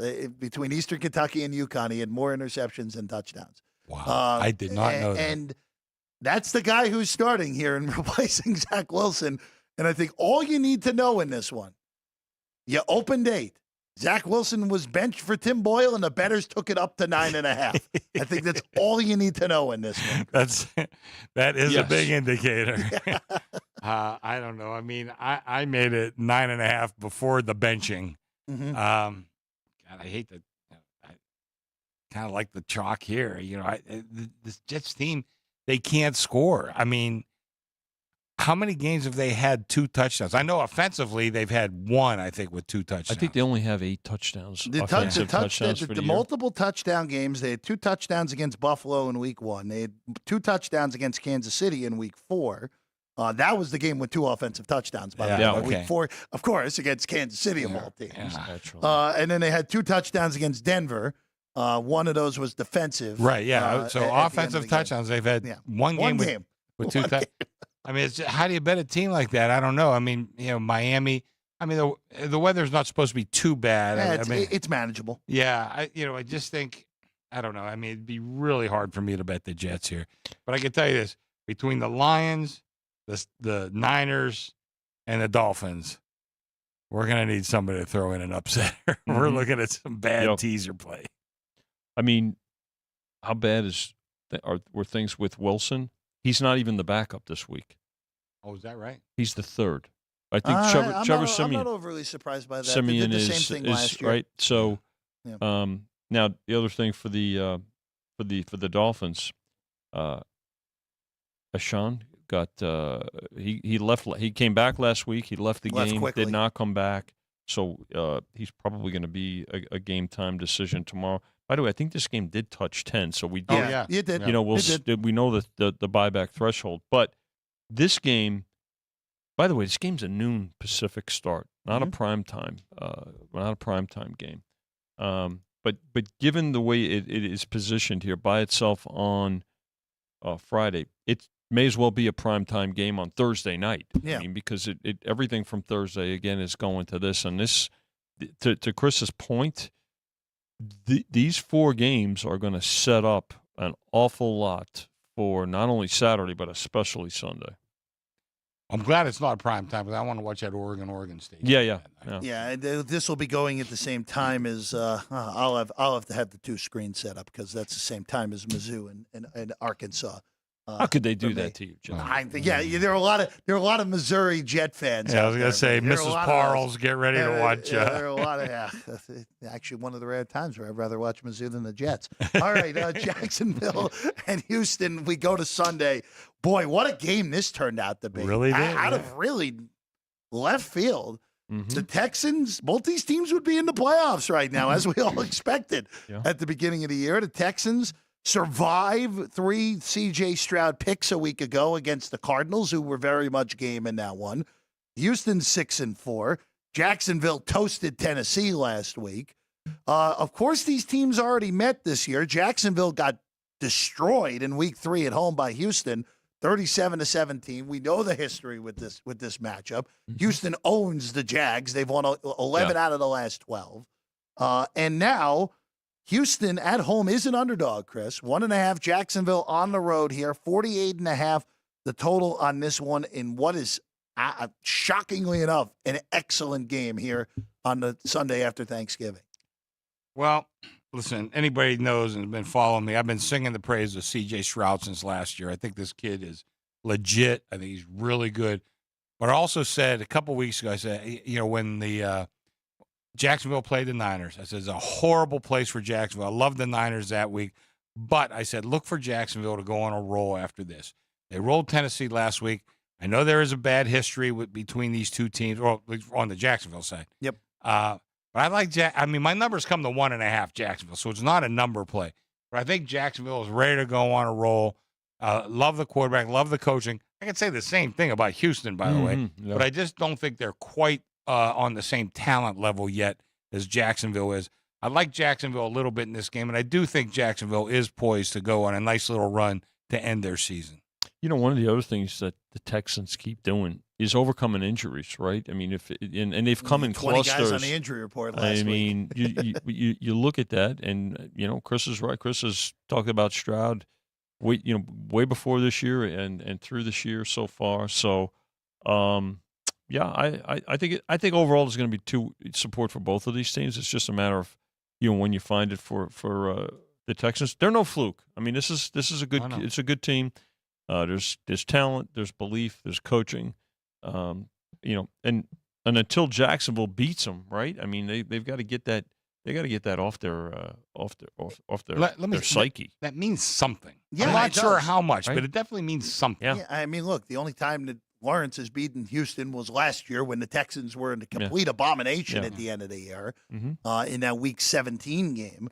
But look, I don't know if it's this week, Chris, but one of these weeks Houston's going to get got. Like, the defense is just not good enough. One of these teams is going to put up points on them, and they're just not going to be able to match enough. I don't know if it comes this week against Jacksonville. I don't know if it comes the following week against Denver, who all of a sudden is back in the mix again. Yeah. I can tell you will not come against the Jets. I can tell you that right now. But at least in I don't know if it's coming this week or next week. And if it doesn't come this week, I'm going to be on Denver the week afterwards in Houston in that one. That's just the way that I feel on that Houston team at this point. All right, let's go to Tampa and Indy. We already talked about it on Monday. He won huge bet on Indy here at the shop at my earlier in the week. Colts are 2.5 now in this one, 44 the total. And all I'm going to tell you is, Chris, whoever placed that bet has a lot more fortitude than I on this game. I have absolutely no idea in this one with two teams that I think are pretty darn similar in their own little fashion. Tampa, of course, better to me, a better defense. Indy, a better offense. A great defensive coach, even though I don't think he's a great head coach in Bowles. And Steichen, who's been really good. Indy right in the mix here with a win. They would be tied for a wild card spot with a win in this game. Yeah, Jeff, I made the game pick 'em. How's that sound? So I'm kind of with you. Yeah. So if I was out there betting, pointing a gun in my head, I'd Guess you're taking Tampa. I'd take Tampa with a nice money line price because I think, I don't know how nice. You could probably get plus a dime, maybe plus 15, something like that. But I thought this game was a legitimate pick 'em. I have no feel for this one. I think it's a tough game. And I surely wouldn't be betting like 20,000 on this game like that one guy did, but God bless. Bet plus 20, the best number you can get on Plus Tampa. 20? I think that'd be worth a play. I think the game's a dead pick. What's curious to me is they released Darius Leonard. Yep. Yeah. And I'm thinking there's a team that's kind of in the mix, right? They're 5-5. I don't understand for a team that's defense has struggled. We know they can score points. One of the more consistent offensive teams in the league this year. You'll wonder if there was some locker room issues. I don't know, but I'd like to see how that impacts this team this week. So, Bucks come off a tough loss last week. They had three trips to the red zone right there at the end. So I'm kind of curious to see the Colts more here. Would it shock me if we see 3? Probably not, given the way they've bet it so far. If it's 3, I'm going to take Tampa. Sure. I think at that point, all right, just take a number, and if Indy beats me, so be it. But yeah, again, the Colts. Last time we saw them, they were in Frankfurt. That was a dreadful game. They were lucky that the Patriots are inept. But we'll see. And for Shaq Leonard, look, he's just not the same guy after that back injury. And he was complaining about his lack of playing time he's still too. Playing. So, he was still playing 80% of the snaps. Was he playing that much? He was complaining about his lack of playing time. And they're paying him an awful lot of money. That's what I'm saying. You got rid of very surprised. Right, probably your best defensive player in. I don't know. A guy with a bad back playing 80%. I didn't realize he was playing that much. He's playing a lot of snaps. That's what I read the story in The Athletic today. It said that's what one of the things he was complaining about. Well, for a guy who was playing 99% in the past. I understand that, but age hits us all, my young friend. Trust me, I know it's coming. Hopefully not today, but it's coming. You got a ways to go. Yeah. All right. Oh, boy. The New England Patriots are road favorites this week. Oh, my God. Why? At the Giants. There you go. 3.5. If it wasn't for last week, this would have been more. Because the Giants actually showed life last week. Of course, we already talked about it on the Commander's side. From the Giants' perspective, that was very impressive what we saw from them last week. Tommy DeVito looked good.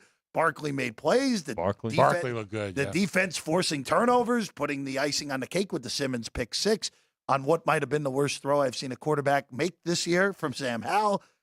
Chris has been a toggler 3.5 to 3, back to 3.5 with the Patriots. Nice hearty total of 34.5 with this one. I like the favorite. As ridiculous as that sounds, and I'm going to wait for it to get back to 3. Wow. Are we at 3.5 then right now? Yeah, you went back to 3.5. I like the favorite, especially at 3. Well, I really try to let the numbers speak for themselves, with some rare exceptions. But I'm making my numbers, and 3. New England's 3 on the road. Who are they? They're playing the Giants. Yeah. So I made the number 3. Well, I got no opinion. What's the total here? 34.5. 34.5. Oh, I think we got bet up. You got bet up. Got bet up. It's a little higher than the Nebraska-Iowa one. I don't know. Boy, this is going to be you imagine these two teams were in two of the greatest Super Bowls ever played. But I don't know. I know. Like I said, my numbers come to 3. I don't have any strong opinion. Well, we know who's quarterbacking for the Giants. The question is who's quarterbacking for the Patriots here. Yeah, I would say it's probably Mac Jones. I think it's going to be Jones. And I think it's a little bit of coaches speak, maybe a little psychological coaching going on with Bill Belichick here. But I've got to tell you, if the Giants put the kind of effort out in this game that they did last week, which was pretty spirited when you watch their body language.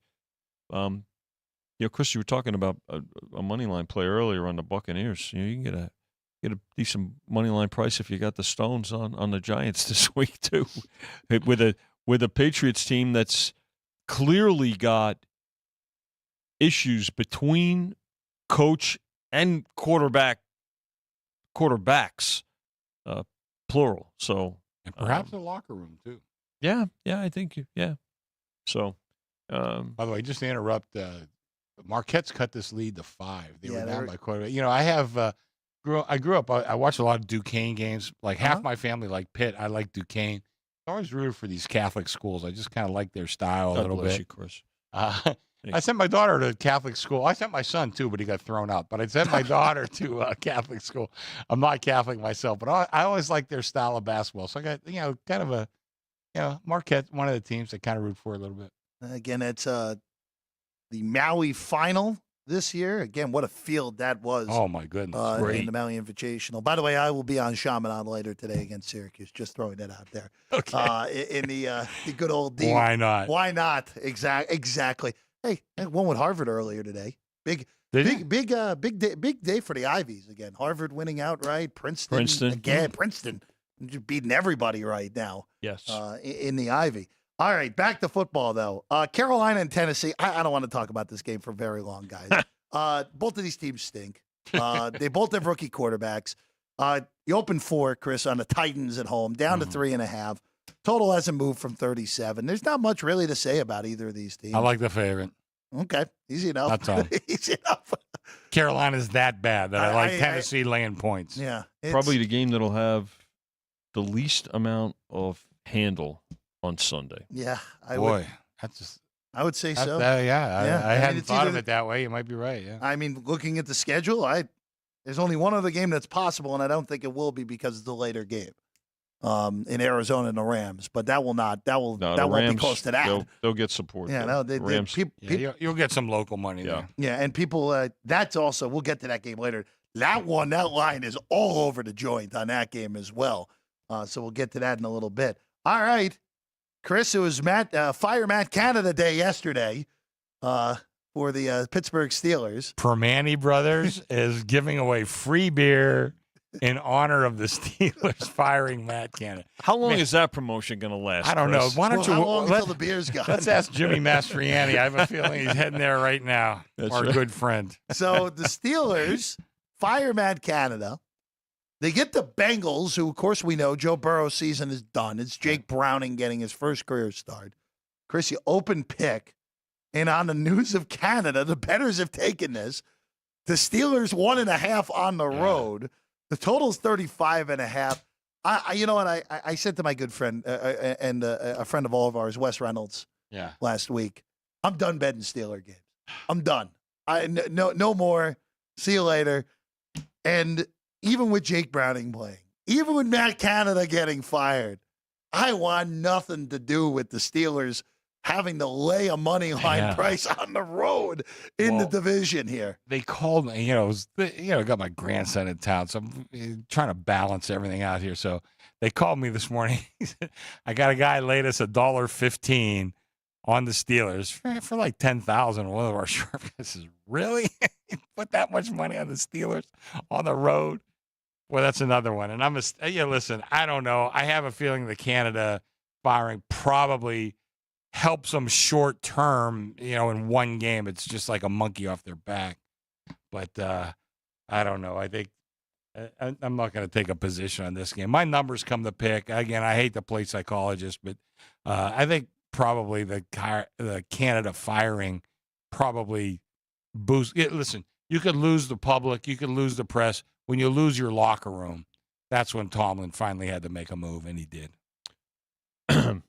To answer your question as to how long it will last, according to Jimmy Mastriani from Trafford, Pennsylvania, not long. They're running low now. Oh, really? I'm here. Is that right? There you go. By the way, Jimmy, one of our guys who ordinarily listens at Dom's Pizzeria, but here he made a beeline to Bermani Brothers. He made him an offer he couldn't refuse. Free beer. Jimmy, take an Uber home is all I got to tell you, please. We want to keep you around a while. Minka Fitzpatrick, I think, questionable, Chris? Questionable, yep. Jake Browning, a quarterback for the Bengals here. I think even though the game's in Cincinnati, I think we're going to see Steelers support here, particularly based on the Canada news. Let's go to New Orleans and Atlanta. This is a big game in the NFC South with how ridiculously awful that division has been. Saints come in at 5-5. Atlanta goes back to Desmond Ridder. Oh boy, 4-6 on the Falcons.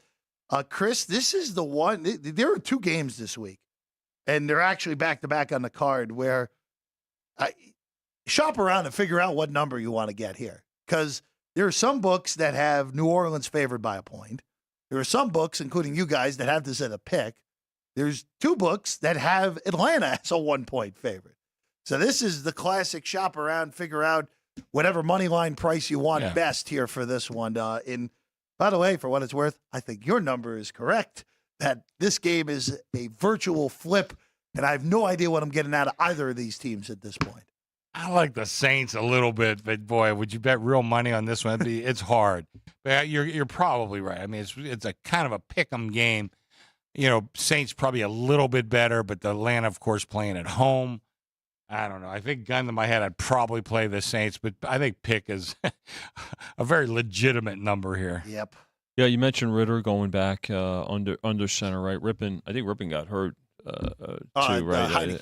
Heineke. Yeah, Heineke hurt himself in the last game. And so now Carr, he was a full participant today. Was questionable going into this. Michael Thomas, though. IR. Out. Yep. Done. Yep. So, again, you know what? I think once people start seeing the particularly the actives and inactives official, but I think we can. I mean, the skill positions we pretty much know here. So I don't know. I think this one goes back and forth actually, and I think there'll be overall 2-way betting. Somebody will find a reason to play it. I will not be one of those people that finds a way in to play game this, maybe at least pre-flop. In game, look, there's something about getting the team getting a lot of points against the Falcons, and it almost always finds a way to get there, at least on the points, and more times than not in recent years has found a way to get there on the money line when they've been down double digits against Atlanta. New Orleans did it to them week 1 last year, where they were down a lot, and Jameis led the comeback in that game. Good point, Jeff. You know, that's the other thing, too. You know, we were talking when Jimmy was with us earlier, and, you know, Chris and I, we talk about, you know, the history of the industry and everything like that. That's another thing that's really added to how much more business there is now, too, is the you've got the opportunity here to bet it at any time. I mean, when we got into this business, Chris, you bet the game, and you bet you had to halftime. That was it. I mean, we had the game, the total, and the money line, but it was halftime, and that was it. I mean, not even first halves. First half. I mean, Great. but now you've got a situation where you've got all the standards that we talked about, and then now the in game. And again, the in game from multiple. It's not like you can only bet the in game once if you so choose. So that's another sign of the times. Let's go to the Arizona Cardinals hosting the LA Rams, and now this is another one. Figure out what you want and bet it accordingly at whatever shop has the best number you got. You guys are the market high on the Rams at 1. There's pick out there. There's also Arizona 1 out there now. So this is another one. Back-to-back games just completely all over the map here, Chris. Everybody knows my feelings on Kyler Murray. Yep. You know, and listen, I have said he'll have the best highlight reel in the NFL by the time it's all over, but he ain't winning a whole lot of games. I might win this one, but I still like the Rams in this one. And I think the Rams, they're kind of sneaky mediocre, I would say. Where the Cardinals, they play hard, they're just not very good. And I like the Rams in this spot. I don't think it's a big home field advantage for Arizona, and not a terrible travel for the Rams. Yeah, I definitely like the Rams here in this spot. Probably the only time that the Cards are going to be favored, right? I mean, think about that. Yeah. Kupp, if he plays, he's not going to be 100%. But they do. The Rams do get Kyron Williams back at running back. So, and the Cardinals, they got a lot of injuries, an awful lot of injuries, even with Murray now being back. So it's certainly risky. This is another game, I think, where your in-game options are going to be something to take a look at, Jeff. I'm not sure, or do you just like the Rams too? This has been a weird series between these teams. It never feels like these games are close between these two teams. Yeah. This year was one of the closer ones, and it was a blowout in the end. It was just tight at halftime. I have no idea. I'm concerned that Stafford's still not close to 100%. Vinny mentioned it too. Arizona just has a boatload of injuries, even with Kyler back. I thought Arizona should have won that game last week. Houston just kept giving them opportunities, and Arizona just decided not to take advantage of them. Well, they went on fourth down just about every. And they went on fourth down with 3 timeouts left. The game, there was almost 5 minutes left too. The one where they gave the position to Houston there as well. It was very, and I understand. When you have one win, I don't remember the down and distance on that, because I think I remember it being in no man's land when they went that first Well, but still, no man's land. Yeah. If you don't make it, you're putting your opponent in excellent field position, right? So, and that's. But I don't think they converted on a fourth down in the fourth quarter when they went for it at least three times. If they did, they might have gotten there. So, but regardless. That was one classic one. Get the number at the right time. You won regardless in that game, regardless of what side. I want to mention something, too. And I mentioned it earlier about teasing dogs. And we have so many of these games where, Jeff, you're talking about find the right number and bet. We talk about betting some money lines and stuff like that. There's some great teasing opportunities for dog bettors. If you find even that one, you can get up to 7. I know that gives you a push. You might want to take an extra half a point, take a 6.5 point teaser, get to 7.5. But there's going to be a lot of opportunities for those. I know we have a couple games that are around that 2 mark. The Colts being one of them. We got another one coming up here. We're all over. But there's a bunch of games that are all over. But I would encourage our listeners.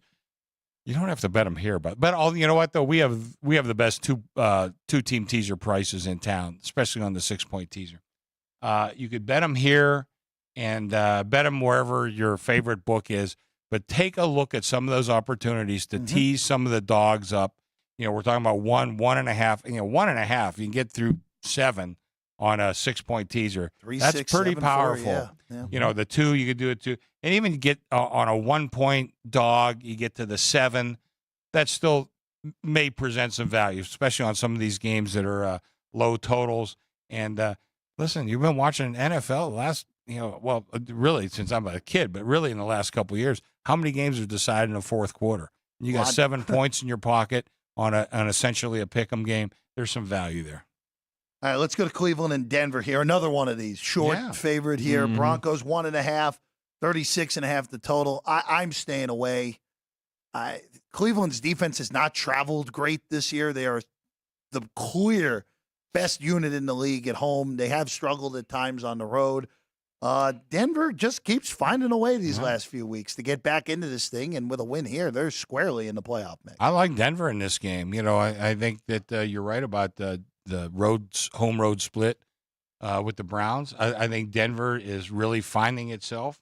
I give them one of my highest. Matter of fact, I'm looking. I give them my highest home field advantage of any team in the NFL, and I think they're going to be very tough in this game. I picked Jacksonville to go on a little bit of a run. I think Denver's been kind of on a run too. And once again, you can look to coaching, and the quarterback has lots to do with it. I think Wilson kind of found himself under Peyton. They looked like a very bad marriage early in the year, but it looks like they kind of are on the same page now. and there definitely is some talent. We looked at last year, this Denver team, we thought if they got a quarterback, they were going to be one of the Super Bowl favorites. Of course, didn't come to fruition.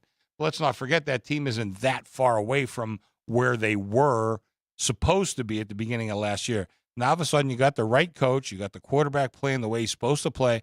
I think this is a dangerous team down the stretch, and I know a lot of money showed on the Browns today, and I respect the money. I really do. I'm not sure what the angle was, but I do respect it. But otherwise, I like the Broncos pretty good here. Up and down the ladder, right? I mean, Yep.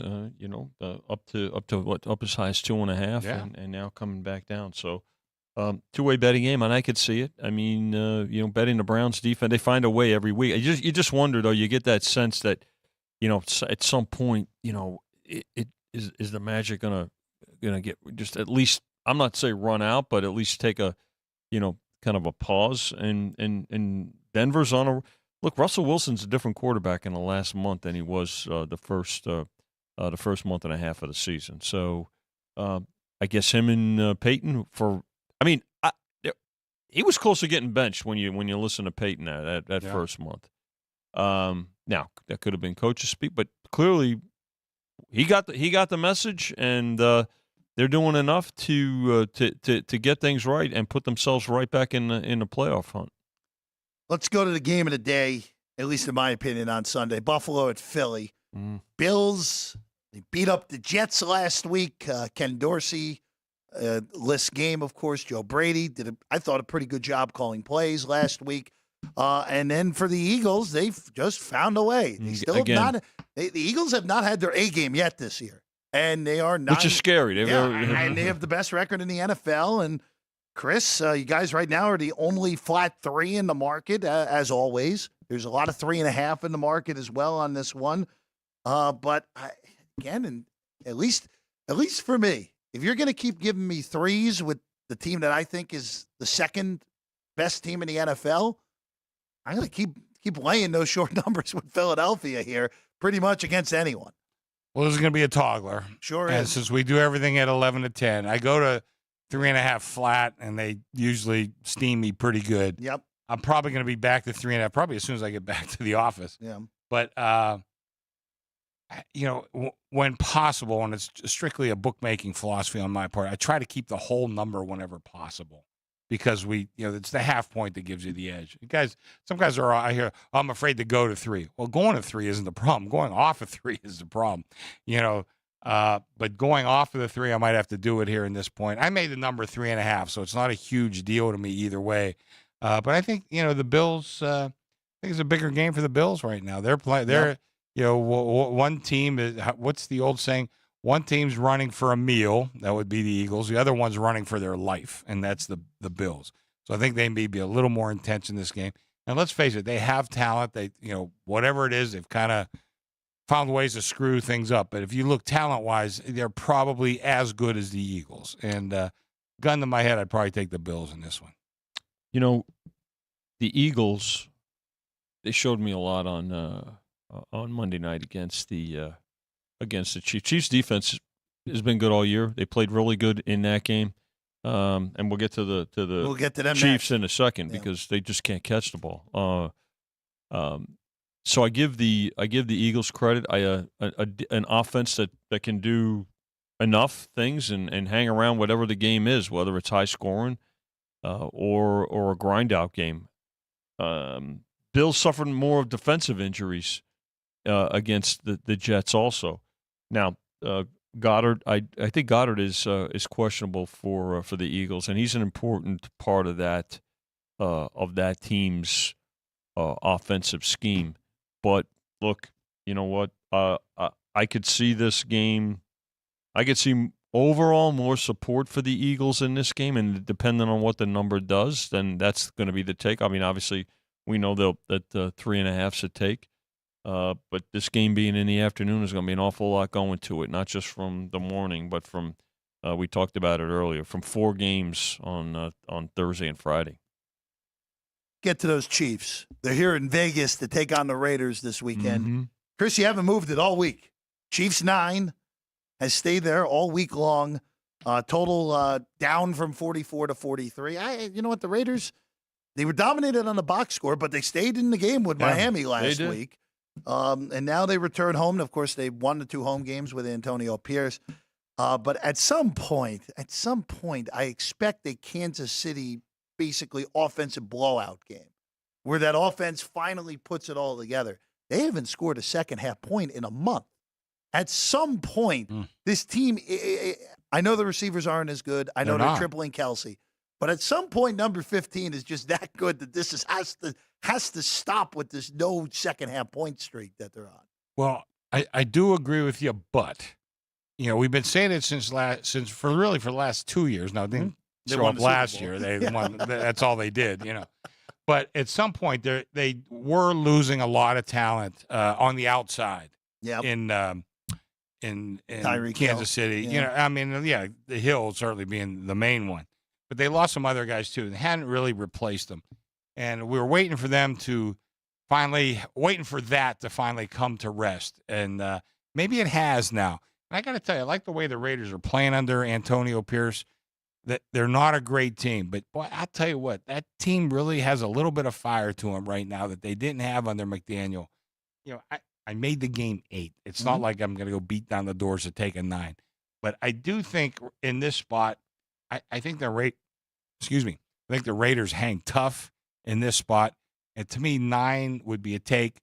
This also might be a nice teaser spot to tease a dog. You get up through 14. And by the way, if anybody reads Billy Walters' book, last thing Billy needs is me to plug him. But Billy talks about how important the 14 is. 14 is a really important number. Guys tend to look at 3 and 7. 14 is also a really big number. And here you get a 6-point teaser, get up above 14. Get up above that 14. There's some value there, especially with a home dog. I think that's another decent teaser spot. There's going to be support for the Raiders in this game. Plenty of Chiefs fans in town, and we know that. But there'll be some support here for the Raiders. Look, I don't think that guys that have been dropping a ball all year, all of a sudden they become Tyreek Hill. I'm not so sure that's going to happen. And then you mentioned Kelsey. Kelsey with a huge fumble the other night. Yeah. Terrific play by the defender there in punching the ball out. But when you're that good and you lead the league in dropped passes, but you're still one of the top 2 teams in the AFC. It says something about it. So at some point, it's somebody's just got to catch the ball. And Mahomes is playing terrific, but this is a game too.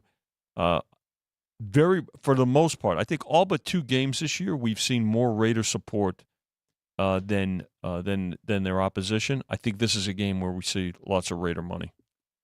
Sunday Night Football here. Let's sneak these last 2 games here, prime time. Chargers at home. Season on the brink for LAC, taking on the Ravens, who are coming off extra rest. Ravens 3.5 on the road in LA against the Chargers. I made the number 3. These Chargers just keep teasing you. They'll probably find a way to cover, teasers, but blow the game. No, the Chargers, we know what's going to happen here. The Chargers are going to have the ball down either 3 or 4 with 4 minutes to go. And like last week, Keenan Allen's going to drop the easiest touchdown catch he's ever going to have. Or Quentin Johnston's going to drop the 40-yard play. Like, Vinny, they just can't get out of their own way, like Chris said. No, Andrews being out for the Ravens hurts them. Yep. I think he's as good a tight end and important to the scheme. We talk about Kelsey, but this Andrews is every bit to this Ravens offense. Now Joey Bosa, he's going to miss this game too. Yeah, he's out for a while. So foot injury. Now I suspect that this game it may hit 3, but then it'll probably go back up. So I think overall it's going to be a 2-way bet game. I dropped the Ravens 1 point on the Andrews injury. He's that important. He's good. Team. Yeah. And then the last one, Ryan McCormick's Bears on the road on Monday night against the Vikings. Chris, you opened 4, down to 3.5 on this one. Shows you the influence Ryan has on the market. Wow. They're even taking a 3.5 on me. Man, oh man, we found the right guy to influence them. I gotta say, I like the Vikings in this role. Sorry, Ryan. He likes them too. Ryan knows his team all too. I think maybe I've listened to Ryan more than some of the fans have. I kind of like the Vikings in this spot. I think this number, we might hit 3 in this one, Ryan. They keep taking a 3 and they keep taking a 3.5 off me. Jeff, I made this number 5. I opened 4 to be half a point above the market. I thought that's where it was going to go. Man, was I wrong. It's been a flood of Bears money.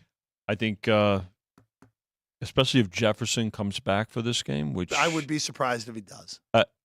If he does, this game will go back up. But I also think whether he does or not, if we get to 3, it'll come back up. I mean, the Vikings are playing good. Their defense is playing good. They're,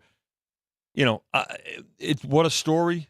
With Dobbs at quarterback, can he sustain it? I don't know. But at some point when Ryan, I'm sorry, but when your leading rusher is your quarterback, we've seen that in history. It's doesn't always bode well for the long term. I'm with you. I'm rather shocked at how the market has played this one. I don't get it. I don't get it. But regardless, if it gets to 3, I'm going to take Minnesota. I can tell you that right now. All right. Well, that's all the time we have. It's been a football Wednesday. Yeah, that's right. Here, happy Thanksgiving, everybody. Happy Thanksgiving, really. everyone. Yeah. Shout out to the crew as always. Whatever your plans are, God bless. Yes, absolutely. We are off tomorrow. With no shows. Not here. really. Well, no, you guys are in the you guys are in the back, but speak for yourself. There are no shows here in the studio tomorrow, but we are back on Friday. Different schedule on Friday.